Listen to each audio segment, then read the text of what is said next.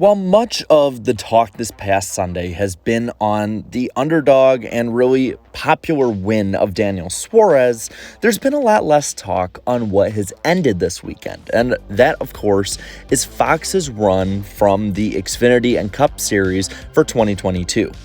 Aside from the Truck Series, Fox Sports is pretty much out of NASCAR until next year when they cover the Clash in Los Angeles. And that has me wanting to go over a few things. There's been a lot of talk on my channel and just in general about the coverage of NASCAR racing on Fox Sports, and today we need to take a definitive look at all of it from 2022.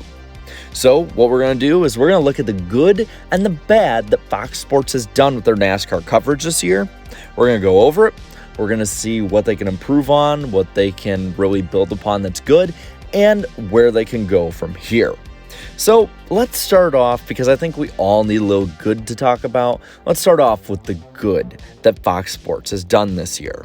Now, obviously, Mike Joy has to be on this list. Mike Joy is one of, if not the best NASCAR commentator of all time. And even if people think he might be a little rusty or off of his prime game, he is still leaps and bounds better than pretty much anyone else that's in the sport right now. And he deserves praise at every moment that we can give it to him, because, you know what? He's probably not going to be around in 5 to 10 years' time, and we need to appreciate him now while he's here. Now, another thing that I think can be attributed with on-air talent being good and kind of being on their toes a little more this year is the fact that Fox has a rotating booth this past year. And I think that's something that was incredibly needed as Fox Sports become extremely dull since honestly about 2015 or 16. And it was really because it was just more of the same over and over again, a tired formula that once worked but no longer really does with a modern audience. And having a rotating booth at times, yes, had some duds. Like Danica Patrick, for instance, was probably one of the worst, if not the worst of them they had in. But then you had others like Chad Knaus, who had great analysis and really good predictions during the race of what would happen. You had guys like Jamie McMurray who were good, old school guys like Larry Mack, who fans love, and it all really worked for, I would say, 90% of the broadcasts for Cup this year, and pretty much all the Xfinity ones, which we'll get to in a bit. And what I like about it too is it seemed that Fox, for the first time since about 2017, maybe 18, learned what they were doing wrong and improved upon it. Look at the broadcasts earlier in the season, look at the coverage that they had on FS1 earlier in the season, and compare it to what they're doing now. What they had this past weekend at Sonoma was leaps and bounds better than the Clash or even the Daytona 500. And while we should probably prefer that all of the broadcasts are good like they used to be, I would say that improving and learning what they did wrong over this time is something that's way better than pretty much anyone seems to give them credit for. Now, I talked about it briefly a moment ago, but something that needs to be pushed to the forefront is the fact that the Xfinity crew and broadcasts were really tight and honestly were the best ones in years. Adam Alexander is coming to his own as a lead broadcaster, and I think he is a rightful heir to the throne when Mike Joy eventually hangs up the headset. And the drivers they had, especially when they had Joey Logano and Ryan Blaney, in my opinion, really had great chemistry. I don't know how they are on the track or in the shop, but on air, those guys, as well as anyone else that they had in the booth, had a lot of chemistry together and a lot of good insight from a modern driver's perspective that is really missing from the Cup broadcast. And then the last thing I want to talk about is a huge positive, and they didn't do it much, but I saw it at Bristol when I was there, and they had it at Talladega, is in person with fans around them pre-race shows. The pre-race shows for Fox Sports have been the butt of many jokes, and trust me, I will tell plenty of them probably in this video and for years to come. But what they did at Bristol and Talladega was vintage Fox Sports with Speed Channel levels of fun, and it really set the tone and atmosphere for the broadcast, similar to what College Game Day does. Fox needs to do more of that. If you're someone from Fox and you're watching this right now, do that for next year. It was awesome to see in person, and like I said, it set the mood in a great way for the broadcast. Now, I've talked about the good. I think a lot of people are probably going to be surprised how much good I say there is.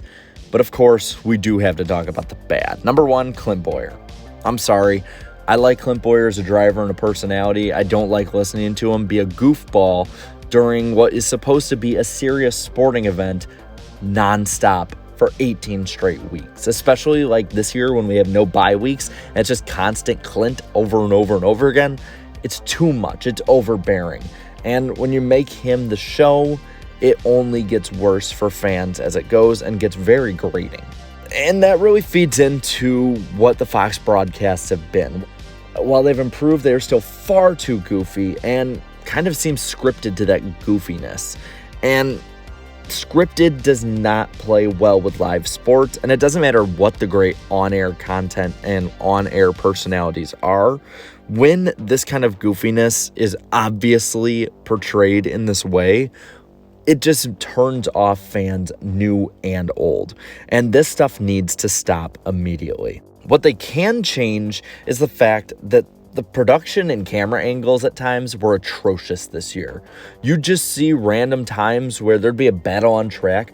The guys in the booth are going in depth talking about it when they actually did go in depth and talk about it. And then the camera would pan to the leaders or cover the first 5 cars when there's a battle for 12th or for 17th, or there's a guy coming up through the pack that they can really track along with. And that needs to be fixed for next year. There needs to be more focus on the overall racing product and entertainment rather than just where the popular guy is or who is in the top 5 at all moments of the day. Now, another thing that Fox can improve on immensely is promotion. They promoted the LA Clash at the Coliseum, and it was a rousing success when it came to TV ratings, the most watched Clash in damn near a decade. And then they just sort of stopped promoting. Yeah, they would promote Talladega for 2 weeks or Daytona for 2 weeks before when it was after the Clash, but they didn't do it nearly as much as an exhibition race, and they need to promote. Not just put the commercials only on NASCAR broadcasts. It needs to be spread out more so that outside fans can see it and spread the word to their friends and so on and so forth. There needs to be much more of this rather than just putting it in front of people who will watch it no matter what. And then the number one thing, and I know they didn't do it as much at the end of the year, but God, I cannot stress enough, the stupid skits. No more skits when it comes to trying to be a serious sports broadcast. Go and make that something that you do on your weekday show. But some of the dumb skits they had just absolutely made the sport look like a joke, and it made it look like the stereotype that people have of being a bunch of dumb idiots that watch it and dumb rednecks. You know what? Skits should be on SNL, not on NASCAR. I got a fever, and the only prescription is more cowbell. Overall, I would say that Fox had some small improvements this year. And I would say that's the first time that they've had improvements in a while.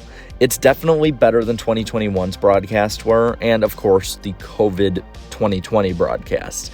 But I would say that it's probably the best coverage that we've seen since the pandemic started.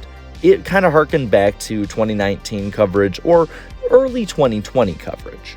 Now, how do we improve Fox for 2023? Because I think there's 2 things you can do realistically. Number 1, revamp the booth. And in my opinion, it should be Mike and the Max. Mike Joy, Larry McReynolds, and Jamie McMurray. The 3 of them together had the best chemistry this past year, and I think that it would really be a good way of presenting the sport while still having a flair of fun with it, the way that they used to with Darrell Waltrip and the other 2. And I don't think that Jamie McMurray is a Darrell Waltrip by any means, but I think he's as informative as Waltrip used to be, and that's something that Fox can really build on with him. And then they just need a more focused broadcast. They have the pieces in place to make great productions. They have the great effects. They have great camera angles when they effectively use them. And they have great on-air talent. With good direction, good camera angles, and a bit more seriousness added in instead of comedy, Fox Sports can easily come into a new golden age with NASCAR coverage. I don't think it'll reach where it was in the early to mid 2000s and early 2010s, but I think that it can be comparable. So that's what I thought. Now I want to hear what you think. What were your thoughts on the 2022 NASCAR coverage for Fox Sports this year? Did you love it? Did you loathe it? Did you not care whatsoever? Let me know down in the comments below. While you're at it, leave a like on this video. Share this video and subscribe to my channel for more great NASCAR content like this. To all my channel members, thank you so much for all your support. And until next time, have a good one.